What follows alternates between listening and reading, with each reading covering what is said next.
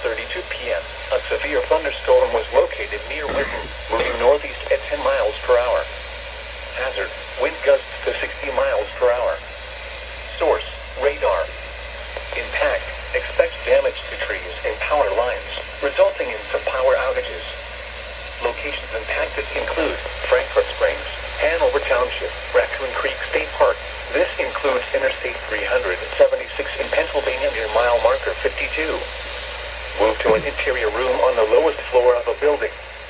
Please report severe weather by calling 412-262-1988, posting to the National Weather Service Pittsburgh Facebook page, or using Twitter at